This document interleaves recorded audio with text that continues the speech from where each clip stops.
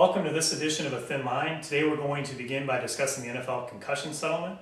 For those who may not be familiar, a number of former players sued the NFL claiming it knew that multiple concussions would lead to major problems later in life, including the early onset of Alzheimer's, severe depression, but it didn't notify the players of those facts. Although the NFL denies the allegations, they recently did settle the lawsuit for just under $800 million. Now that's a lot of money, but many believe the NFL got off easy. So Phil, what's your take on the settlement? Well, it's so hard to gauge because the reality is I think that the players should have something. If the NFL knew what it seems like maybe they knew and they didn't warn them at all, it seems like there should be a settlement of that. I don't know how you'd ever put a monetary value on that. I don't know how you'd ever figure out how many players it actually affected. So I think it's really hard to gauge the fairness of it. Well, if the NFL did know, it seems like that would be something you'd naturally want to let players know so they could make decisions about whether they wanted to continue playing or not. Right. But that's the thing with litigation, you just don't know. And so from the player's perspective, it probably was a reasonable settlement, even if they could have gotten more if it went to trial. And from the NFL's perspective, it was probably a reasonable settlement because even if they didn't know anything, a number of those players were pretty sympathetic. You had a couple of players who committed suicide because of depression. A number of people, who just were really struggling because of different brain injuries and things like that. So whether it's fair or not in the ultimate sense, I don't know, but it seems like maybe it made sense for both sides. But the interesting question is, from the current player standpoint, they're not part of the settlement, but they do know more about what multiple concussions can do to you. Right. So if you're a player who's had a concussion, you face an interesting question. Do you continue playing knowing the risks? So I don't know, Phil, you were a football player in college. How would you approach that if you were a player? I do think that's where the risk gets really interesting because that's where you're weighing something that may happen, may not happen. I remember that when I was playing my senior year, I had two, I know now for sure, were concussions. I put my head in, I was dazed, I had to go out, I didn't know where I was. I went back in, 4 or 5 plays later once my vision was clear, and knowing now what that is. But even then I knew that there was something that had happened. If you get hit and your brain doesn't work right, you kind of know that something shouldn't have happened. But boy, when you add in that factor of knowing then that they'll having it multiple times increases this huge risk, it really is an interesting question. If there's this thing you love, this thing you want to do, but man, there's a risk to it, and so how do you balance that? I think is a very interesting question, and I don't know whether I was never ever close to good enough, but I don't know whether I'd ever go on facing the risk or not. Because they love the game. I mean, that's what makes it so tough. A lot of them have already made tons of money, and so that's not the issue. By nature, they're very competitive to have gotten to that point, and it's a very tough decision. There are other career-ending injuries that you can sustain. I guess I would sort of look at it at that point. Eventually, I don't know if it's 2 or 3, but at some point you say, even though I feel like I can keep playing, I just have to realize that it probably means that it's time to hang it up. But really, that's the type of decision we face in many different areas of our own life. I mean, not the exact same risk, but we all manage risk, and we have to weigh the benefits versus the probability that something's going to happen, and factor in how bad the thing is. If it all goes wrong, how bad that thing is. But you recently saw a survey that talked about the risks that people are willing to take in their faith. So why don't you tell us a little bit about the survey? Just really, it asked American Christians one question. And the question was just, over the last 6 months, how many times have you made a decision to obey God where you knew that decision may cost you something? And the question caught me because of that idea of doing something you know God wants you to do, and you're making this decision, and you know that there may be a cost. What really interested me was it didn't say you know it's going to cost you. It said it may cost you something. Just the possibility out there that it would cost you something.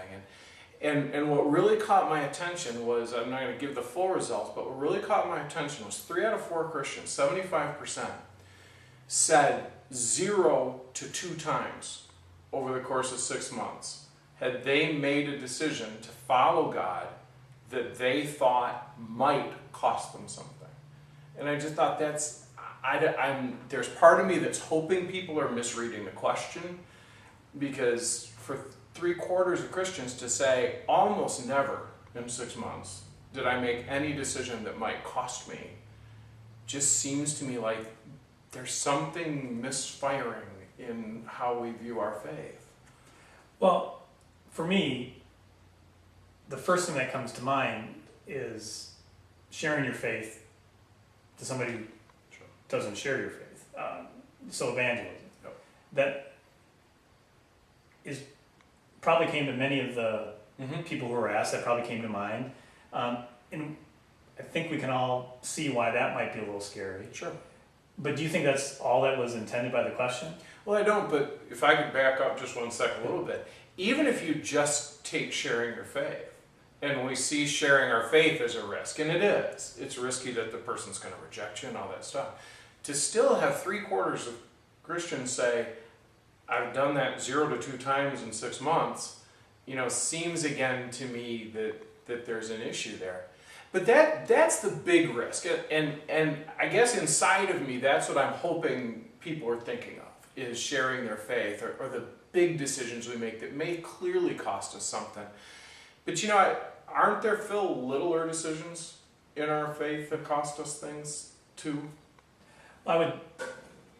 Clearly there are.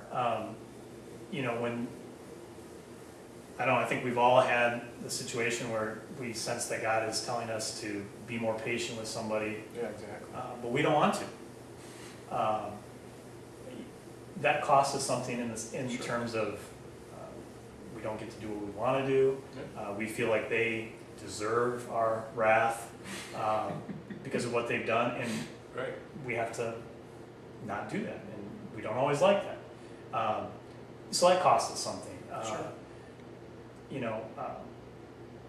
There are all sorts of things like that, especially often it's relationships. In a marriage, Absolutely. you do things that you may not want to because you know it helps the other person. Hopefully we don't always do that grudgingly, but so you would think that there are many opportunities because of what we believe to have to do something that's going to cost us something in some sense. So I don't know if they were thinking about that when the question was asked, but Right. we can certainly think about it, and because we do face those challenges each day. So how do we get to a point that it's easier for us to do something within our faith that costs us, whether it's one of these small decisions, whether it's sharing our faith, whatever it is? How do we get to that point? Well, in anything you do, there's a cost benefit that we do. So the football player is going to look at, boy, I may sustain a huge injury, maybe even have a brain injury, but the game at the pro level, the fame, the money, all that's worth it to them. They're weighing the cost benefit. I wonder if part of it for us is just that initial step of saying that our faith does and should cost us something. You were talking about those little attitudes that we have of doing things that my wife wants to do that I don't want to do, but I sacrifice what I want to do. And maybe part of it is just the first step before we even get to the cost benefit analysis. Maybe the first step is just saying, if I'm really living out my faith, I'm going to make decisions that sacrifice things in me, or things that I want, ways I want to respond, or whatever. But then you get to that cost benefit analysis, and man, is that an interesting question. Because you'd sure on one level want to start with, how do you evaluate the cost? How do you weigh that cost? So how do you? Well, it's probably different in different situations, but I think one of the things that so often we don't do is consider how our act of faith affects our relationship with God. And so we don't put that into the benefit side of the equation. Sure. You know, as we take a risk, or what appears to be a risk to us, whether it's financial, whether it's relational, whatever it is, and we see God come through for us, as we see him take care of us. So for example,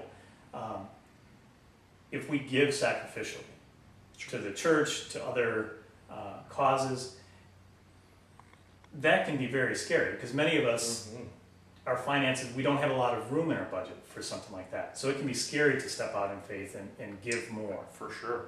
But on the other side of the equation is God steps in, takes care of us. Not that he's going to necessarily replace every dollar that we give, but as we see him take care of us so that we're okay, that we make it, we become more aware of his presence in our life.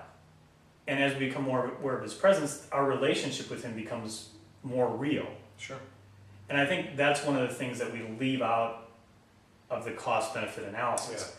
The risk and the potential downside is very big for us, so it weighs very heavily. Yeah.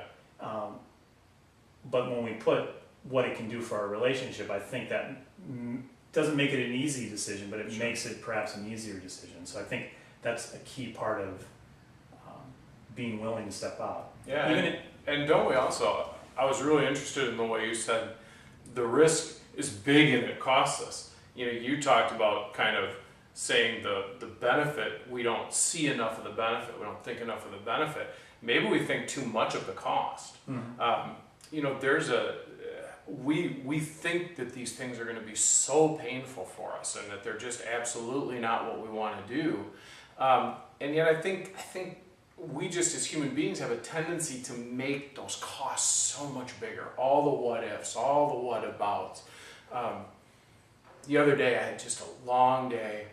I know, we're in ministry, we're not supposed to have this happen. Had a long day, really bad attitude at the end of the day. And I saw one of those people that just, I struggle with them personally.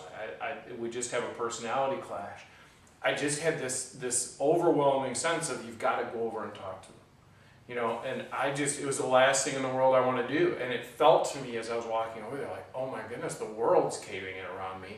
I got there, I talked to him, it was okay, but there was also just a real sense of lightness and fulfillment in it. Because I think we overestimate that cost sometimes too. I think that's part of, I mentioned the benefit of God's presence and recognizing that. But I think the way he's designed us, when we do what he calls us to do, we do have a sense of fulfillment. Yes. And that's part of, weighing if we're going to approach it from that standpoint, weighing the cost and the benefit, that's something that we have to factor in. That we will feel much better than we think we're going to at the time. At least some of the time. Yes, and down the road, I think if we, but often even when we don't feel very good about it, it's because we're not thinking about it properly. Sure. All we think about is how that's the conversation with that person didn't go right. Yep. For example, sharing your faith. Oh, they didn't accept Christ. They're mad at me. They think I'm a weirdo. We focus on that. Yep. But if we shift our focus and say, but I did what God wanted me to, and we'll see what he does with it, that can help us to feel much differently about the encounter than we did. So I think bottom line is it comes down to our willingness to broaden our perspective on our situations. Yep. As we do that, I think it becomes a little bit easier to manage the situation, be willing to step out and take what at least seems to us to be a big risk. Right. That's probably all we have time for today. We hope you enjoyed it. We'll see you next time.